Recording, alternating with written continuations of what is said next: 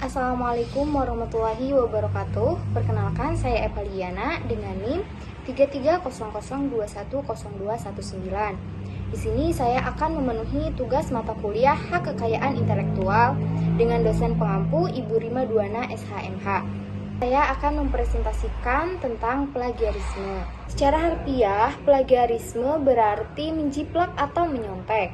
Menurut Eccles dan Saidili menerjemahkan plagiarisme sebagai penjiplakan, plagiat. Pelakunya disebut plagiator atau plagiatoris. Ruang lingkup dari plagiarisme yang pertama ada mengutip kata-kata atau kalimat orang lain tanpa menyebutkan sumbernya atau asalnya. Yang kedua, menggunakan gagasan, pandangan, atau pendapat orang lain tanpa menyebutkan sumber atau asalnya. Yang kedua, menggunakan gagasan, pandangan, atau pendapat orang lain tanpa menyebutkan sumbernya atau asalnya. Yang ketiga, menggunakan data atau informasi milik orang lain tanpa menyebutkan sumbernya atau asalnya. Yang keempat, mengakui karya atau tulisan atau pendapat orang lain sebagai tulisan sendiri. Yang kelima, melakukan parafrase tanpa menyebabkan sumbernya atau asalnya. Dan yang terakhir, menyerahkan suatu karya ilmiah yang dihasilkan dan atau diumumkan oleh pihak lain seolah-olah sebagai karyanya sendiri. Tipe plagiarisme yang pertama, plagiarisme kata demi kata atau word for word plagiarisme. Penulis menggunakan kata-kata penulis lain persis tanpa menyebutkan sumbernya. Yang kedua, plagiarisme atas sumber atau plagiarisme of source. Penulis menggunakan gagasan orang lain tanpa memberikan pengakuan yang cukup tanpa menyebutkan sumbernya secara jelas. Yang ketiga, plagiarisme kepengarangan atau plagiarisme of authorship.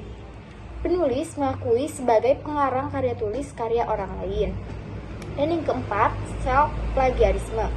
Termasuk dalam tipe ini adalah penulis mempublikasikan suatu artikel pada lebih dari satu redaksi publikasi.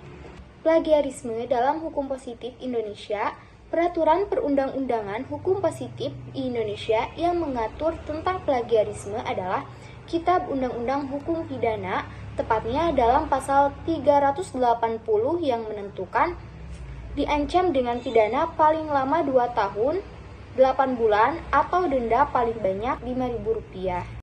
Dalam perspektif peraturan perundang-undangan bidang pendidikan tinggi melalui Undang-Undang Nomor 20 Tahun 2003 tentang Sistem Pendidikan Nasional, bahwa Undang-Undang Pendidikan Nasional tidak menyebutkan secara eksplisit tentang konsep tindakan plagiarisme. Akan tetapi, Undang-Undang ini memberikan kewenangan pada institusi pendidikan tinggi untuk memberikan gelar akademik pada peserta didik yang memenuhi persyaratan yang telah ditetapkan. Selain itu, institusi pendidikan tinggi juga diberikan kewenangan untuk mencabut dan membatalkan gelar yang telah diberikan jika terbukti ada tindakan plagiarisme. Hal ini diatur dalam pasal 25 Undang-Undang Nomor 20 Tahun 2003. Peraturan Menteri Pendidikan Nasional Republik Indonesia Nomor 17 Tahun 2010 tentang pencegahan dan penanggulangan plagiat di perguruan tinggi pasal 70 Undang-Undang Nomor 20 Tahun 2003 menentukan bahwa lulusan yang karya ilmiah yang digunakannya untuk mendapatkan gelar akademik, profesi, atau vokasi sebagaimana dimaksud dalam pasal 25 ayat 2 terbukti merupakan jiplakan dipidana dengan pidana penjara paling lama 2 tahun dan atau pidana denda paling banyak Rp200 juta. Pasal 92 Undang-Undang Nomor 12 Tahun 2012 tentang Pendidikan Tinggi ditetapkan sanksi atau ancaman hukuman bagi institusi perguruan tingginya berupa sanksi administratif dalam bentuk yang pertama, peringatan tertulis. Yang kedua, penghentian sementara bantuan biaya pendidikan dari pemerintah. Yang ketiga, penghentian sementara kegiatan penyelenggaraan pendidikan. Yang keempat, penghentian pembinaan. Dan yang terakhir, pencabutan izin secara khusus di lingkungan pendidikan tinggi.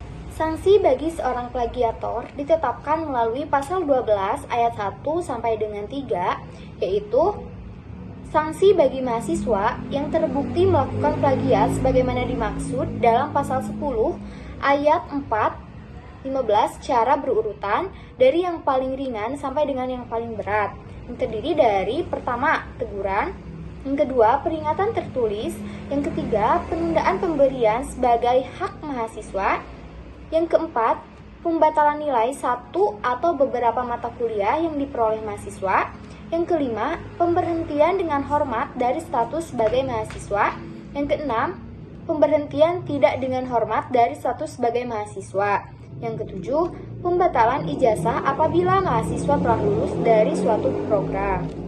Adapun sanksi bagi dosen atau peneliti atau tenaga kependidikan yang terbukti melakukan plagiat sebagaimana dimaksud dalam pasal 11 ayat 6 secara berurutan dari yang paling ringan sampai dengan yang paling berat, terdiri dari yang pertama, teguran, yang kedua, peringatan tertulis, yang ketiga, penundaan pemberian hak dosen atau peneliti atau tenaga kependidikan, yang keempat, penurunan pangkat dan jabatan akademik atau fungsional. Yang kelima, pencabutan hak untuk diusulkan sebagai guru besar atau profesor atau ahli peneliti.